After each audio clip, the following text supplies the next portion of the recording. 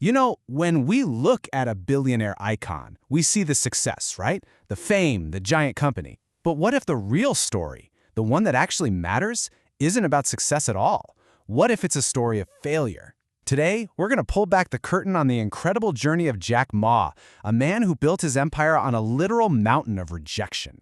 It's a really good question to ask, isn't it? Is it just raw talent? Dumb luck? Knowing the right people? Or is it something else? Something tougher? Let's dig in.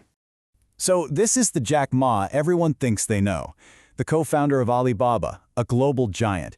He is the poster child for entrepreneurial victory, the absolute picture of making it big. But that's just the tip of the iceberg. Because hiding right underneath all that shiny success is this massive, sprawling foundation made of failure. And his story, it starts way back with his family. I mean, we're talking about a family that was so poor. Their total income was just $7 a month. So where did this masterclass in rejection even begin?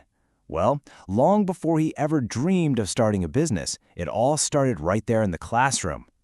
Yeah, from the get-go, Jack was not what you'd call a star student. He failed his primary school exams twice.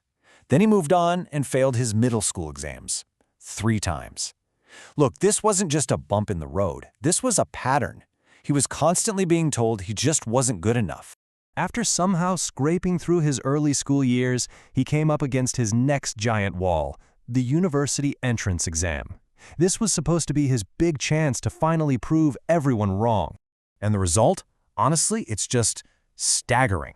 Out of a possible 120 points on the math test, Jack Ma scored a single point. 1. Not 10, not 5. 1. That's less than 1%. I mean, a score that low would make most people just give up on education forever. But Jack Ma, as you're starting to see, wasn't most people. He actually set his sights even higher on one of the most famous universities in the entire world. And this number? Well, this number tells you everything you need to know about his persistence.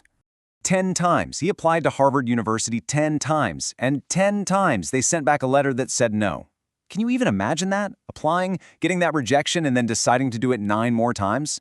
The lesson for him wasn't about getting in. It was about learning how to get rejected without quitting.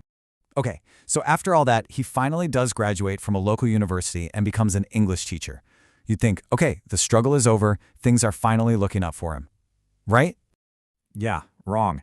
He sent out applications for 30 different jobs, and the result? 30 rejections. He even applied to be a police officer. They took 4 of the 5 people who applied. You can probably guess who the one person was that they didn't take. But maybe the most famous and painful rejection came from a pretty unlikely place. When KFC first opened in his city, he went to apply for a job. 24 people showed up for the interview that day. They hired 23 of them. He was the only one they turned away. I mean, that's not just failure. That's being singled out. So you have to be asking, how did this guy keep going? How did he not just give up? Well, he found his inspiration from the movie Forrest Gump of all places. And this quote, this became his personal mantra. It was a reminder that the absolute worst days often come right before the breakthrough. So eventually, Jack Ma came to a pretty simple conclusion. If no one was going to hire him, he'd just have to hire himself. He turned to entrepreneurship. But guess what? The failures didn't stop. They just got a whole lot bigger. He started one of the very first internet companies in China, a sort of online phone book. The idea itself was brilliant, way ahead of its time. But the reality of it? It was brutal. As the company started to take off, conflict inside the team and interference from the government just became too much, and he was forced out of his own company. But he didn't quit. He got 17 of his friends together in his tiny apartment and pitched this new, crazy vision for a company he called Alibaba. He managed to raise $60,000, but the company just burned through it. For 3 straight years, it didn't make a single dollar in profit and was always just one step away from going bankrupt. He flew to Silicon Valley, the heart of the tech world, to beg for money from investors, and every single one of them said no. To give you an idea of how bad things were, one day he's eating at this little restaurant, and the owner recognizes him. The owner comes over to his table and tells him the meal is free. He said, "I'm your customer. I've made a lot of money using Alibaba, and I know you haven't made a cent, so this one's on me." That was a small moment of kindness in an ocean of financial desperation. So all of this, all these stories of rejection, it really brings us to the most important question, right? What do you do when it feels like the whole world is just screaming no at you? Well, Jack Ma's story gives us the answer. See, to make Alibaba actually work, he needed a way for people to pay each other safely online. So he went to every bank in China, and every single one of them turned him down. They told him it was a ridiculous, impossible idea. So he did what he'd always done. He took that rejection and spun it into an opportunity. He just said, you know what, fine. If the banks won't do it, I'll do it myself. And right there, he created Alipay.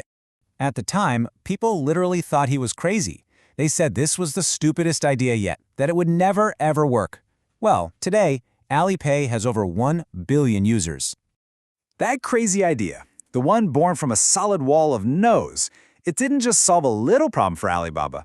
It completely changed the game for payments and became a pillar of global commerce as we know it. And really, this is what his entire life boils down to in his own words.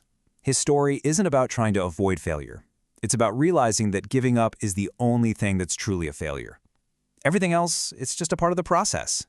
And that brings us right back to where we started. Success isn't built on being perfect, it's built on a foundation of all the failures, all the rejections, all the setbacks. It's built on getting a 1 on that math test and deciding to try again anyway. It's built on being the only one not hired at KFC and then going on to start a global empire. So the real question for you isn't if you're going to fail, it's what are you going to build with